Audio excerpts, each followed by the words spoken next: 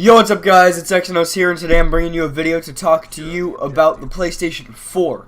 So I'm going to go over everything from rumored specs of the device, to the controller, to user accounts, to content sharing and how that's going to change, to online features, price, and games. So I'm going to try to cover a little of everything. So let's just go in order. Let's go with specs first. So people care about specs more and more in consoles because graphics are becoming a more important thing for gamers. It used to be gameplay first, then graphics. Now it's become graphics first, then gameplay. For most people. So obviously, specifications of a device like the PlayStation 4 that you'd have for years and years on end would be important. So Sony's packed a lot into this device. If rumors are true, we will be seeing 4 dual-core CPUs, which will be amazing for gaming and graphics. We will see 8 gigabytes of DDR3 RAM. That will be very good for multitasking, for keeping a lot of things on screen at once, for high resolutions, all of that stuff. So developers will have a lot to work with. Developers have been requesting the next system to have lots and lots of RAM because it's really not that expensive. So they did it. If rumors are true, they're putting in 8 gigs, and that will be perfect. The graphics card is based off of the HD 7970 from ATI, or AMD now. And the 7970 can play Battlefield 3 on Ultra at 60 frames a second if you have a good processor. And so that paired with the 4 dual-core CPUs in the device that is rumored to have will mean amazing graphics for games, especially at 60 frames. That's something I hope to see all games have, is stop playing at 30 frames a second. Everything needs to play at 60. Other things that we'll have, USB 3.0 is a big one. The Wii U launched recently without USB 3.0, and I thought that was ridiculous because it didn't include a large hard drive, and so that fast transfer rate would be a very, very nice thing. So I'm glad to see the PlayStation do it. Other thing it will have, obviously, is Blu-ray. So that will give us those 50 gig or more discs. They might be using a new Blu-ray standard. They could have very easily upgraded it. But that will give us very large discs so that we won't have multiple disc games, which is a very nice feature of the PlayStation 3 at the moment. Let's move on to the controller. So it's sort of been like a thing. You get a PlayStation, you know what the controller looks like beforehand because they're all DualShock controllers. Not anymore. If rumor is true, Sony is ditching the DualShock controller, and part of that could be because of a lawsuit with how they had the DualShock design. It broke copyright for how they did the vibration and stuff. So that might be part of why they changed, but also they're making a change for the controller so that they can bring in new gameplay mechanics. So companies like Valve have expressed interest in releasing a controller with biometrics. The PlayStation 4 is rumored to have that, and while you might think, well, what the hell would that do? It would add you could do some really cool, like, on-screen effects with it. So you could have, for example, a game, like a horror survival game, which there aren't a whole lot of innovative or good ones nowadays. There are some, but not too many, and so it would be nice to, like, see that genre come back. Well, what better way than to, like, for one game to do it than to add in a mechanic where when your heart starts beating faster, the controller recognizes that, and on screen it does something really cool to make the game more tense. It'll add a new mechanic and really heighten the experience. So that would be something interesting that we might see on the new controller. Also, a touchpad. So if any of you have seen the Ouya controller, you know there's no start and select buttons. There's a touch-sensitive pad right at the top of the controller that can be used for swipes and gestures.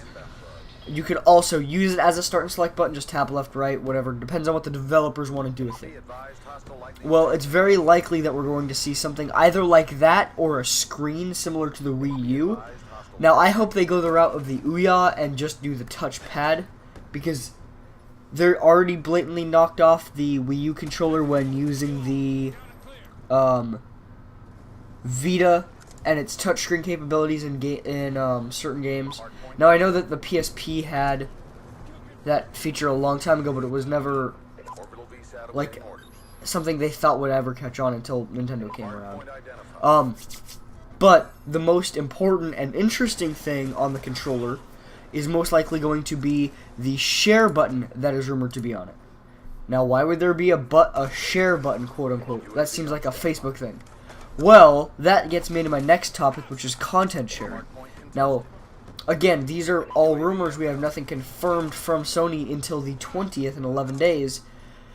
But rumors are suggesting, and these are very good rumors from very reliable sources, that there will be a content sharing feature in which the PlayStation will record and save the previous 15 minutes of gameplay. So, for example, say you didn't have a PVR or an Elgato, and you were playing a game like Call of Duty. A match is like 10 minutes long. So say you had this amazing match, you check theater mode, it doesn't work. What do? Just hit the share button, edit the film together, upload it to YouTube. If you want to do a commentary over it, you could just download it onto your computer from YouTube. So you could do some really cool stuff, and I'm glad to see that. There will also most likely be screenshot sharing, similar to the Wii U's Miiverse. So that will be a nice thing. Steam has that screenshot sharing as well, so it's nice to see that brought to everything. Hopefully the Xbox brings it as well. User accounts. So everyone knows that, or every Xbox user knows that you can sign into multiple accounts as long as you have multiple controllers at the same time. So if you're playing split screen, you can both get achievements, stuff like that. PlayStation hasn't had that feature. Well, it's most likely going to in this next iteration of console, but they might do some more adaptive things with it. We'll have to see exactly what they do. Next step is online features. The main one that everyone wants to see and that we will probably see is party chat. Now, the PlayStation 3 can't do it because of physical hardware limitations. The Xbox has an extra 256 megabytes of RAM just for party chat. The PlayStation doesn't have that RAM, and they can't take that RAM away from the developers to use. So there's no way they could implement true party chat. So the next PlayStation will most likely support it because of the giant amount of RAM in there. Price-wise, it's supposed to be $350 to $400. Some rumors are saying more, but that's a Japanese price. The US usually gets it for a lower price than other countries, but to us it's still a lot of money. So the final major topic that I wanted to talk about in this video is games. Now, we all know games are pretty much the most important reason to choose one system over the other.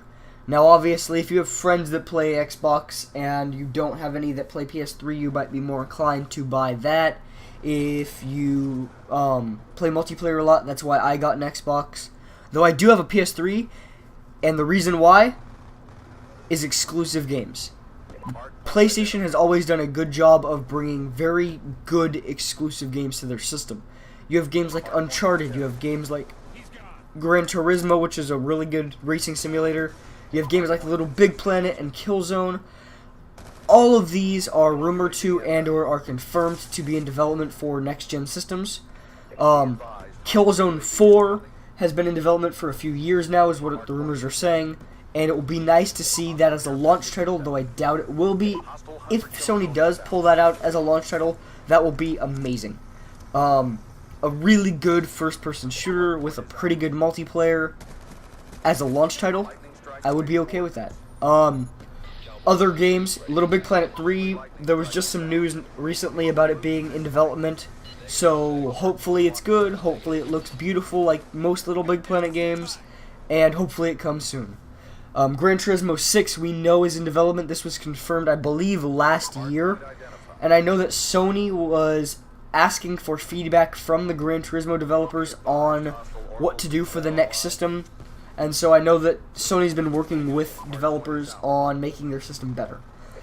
Now, we have no specific news on Uncharted 4. Right now, Naughty Dog is focused on the launch of Last of Us in a few months. I believe it's 3. Yeah, 3. But I'm hoping that we see a new Uncharted game on PlayStation 4, preferably soon, because I personally love the Uncharted series. and I would love to see what they could do with this new hardware. The games looked amazing as is. So whatever they can do with this new hardware will probably blow our minds as far as cinematic action adventure games go. Third-party titles are another important topic, and I know this the gameplay's over, but I just want to talk about these really quick. Call of Duty, we know, is in development for next year or for this year, and they've been having some surveys on their site, and they did happen to mention next-gen systems and stuff like that, so it's very likely. We know games like Watch Dogs and Star Wars 1313 are going to be next-gen, just by how good they looked, and they were supposed to be console gameplays. Battlefield 4. Now, quickly after Sony announced the PlayStation 3's announcement event, or the PlayStation 4's announcement event, EA came out and said, in a few months, we're going to be showing off Battlefield 4. So, obviously, it's going to be a next-gen game. And then there's also some rumors of Assassin's Creed 4. We know it's coming out this year. It might not be called Assassin's Creed 4, but there's a new antagonist, and it's in a new time setting. So we'll see how all of this plays out on the 20th, and I'll make sure to keep you guys updated to see what Sony announces then. That's it, you guys. Bye.